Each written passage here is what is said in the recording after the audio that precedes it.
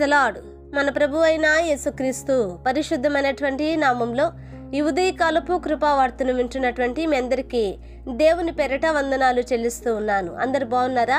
మరి పూట ప్రభు మనకిచ్చినటువంటి వాక్యాన్ని మనము పరిశుద్ధ గ్రంథంలో చదువుకుందాం. సామెతల గ్రంథము 10వ అధ్యాయము 6వ వాక్యాన్ని చదువుదాం. సామెతల గ్రంథము 10వ అధ్యాయము 6వ వాక్యాన్ని చదువుకుందాం. నీతిమంతుని తల మీదకి ఆశీర్వాదములు వచ్చును. హల్లెలూయా. నా దేవుని బిడ్డలారా గమనించండి, ఇక్కడ నీతిమంతుని తల మీదకి ఆశీర్వాదాలు దిగి వస్తాయని దేవుని వాక్యము చాలా స్పష్టంగా తెలియపరుస్తుందండి. నా దేవుని బిడ్డలారా, నీతిమంతులు ఎవరు అంటే నీతిమంతులు అనబడుతున్న వారి మీదకి మాత్రమే ఆశీర్వాదం వస్తుందా?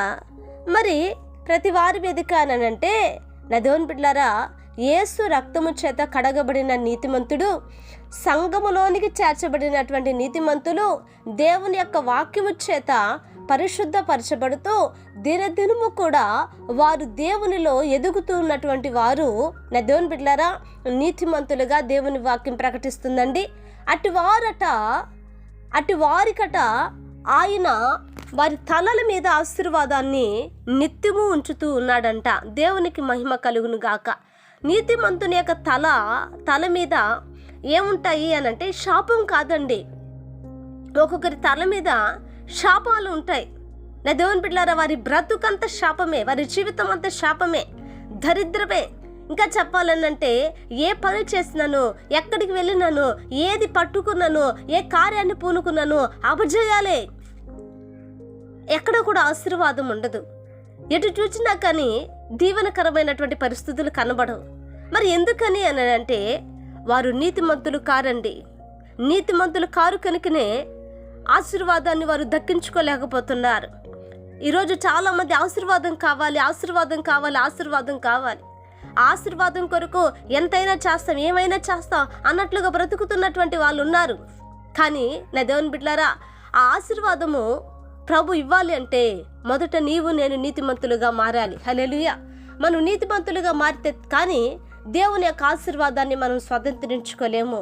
మనం నీతిమంతులుగా ఉంటేనే కానీ దేవుని ఆశీర్వాదం మన మీదకి దిగిరాదు. కనుక ఎవరికి ఆయన ఆశీర్వాదం అనుగ్రహిస్తాడు అనంటే ఈ ఆశీర్వాదాన్ని ప్రభు ఒక నీతిమంతులకే అనుగ్రహిస్తున్నాడట. కనుక వారి తల మీద నిత్యము కూడా దేవుని యొక్క ఆశీర్వాదము నిలిచే ఉంటుందండి. కనుక వారు ఏ పని పూనుకున్నా, ఏ కార్యాన్ని తలపెట్టినా వారికి జయము, విజయమే.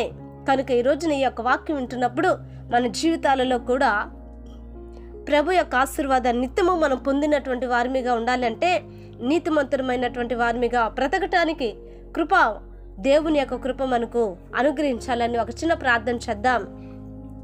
స్తోత్రము తండ్రి, మహాపరిశుద్ధుడా, యేసయ్యా నీకు వందనాలు. ఈ ఉదయకాలమందునైనా నీ యొక్క వాక్యాన్ని వినటానికి మీరు ఇచ్చిన ఈ కృప కొరకే స్తోత్రాలు.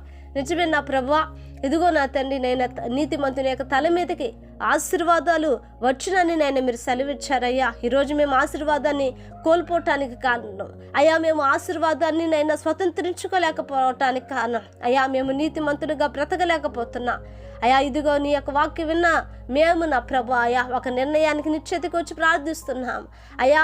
మేము నీతిమంతులుగా బ్రతకటానికి కృప చూపమని ప్రార్థిస్తున్నాము నైనా. అవును, ఈ వాక్యం విన్న ప్రతి వారిని, వారి కుటుంబాలను, వారి పిల్లల్ని నైనా అయ్యా నతని నీతిమంతులుగా మీరు మార్చి నిత్యమునైనా వారు ఆశీర్వాదానికి కారకులుగా ఉన్నట్లుగా సహాయం చేయమని యేసు నామమున అడిగి వేడుకుంటున్నాము తండ్రి.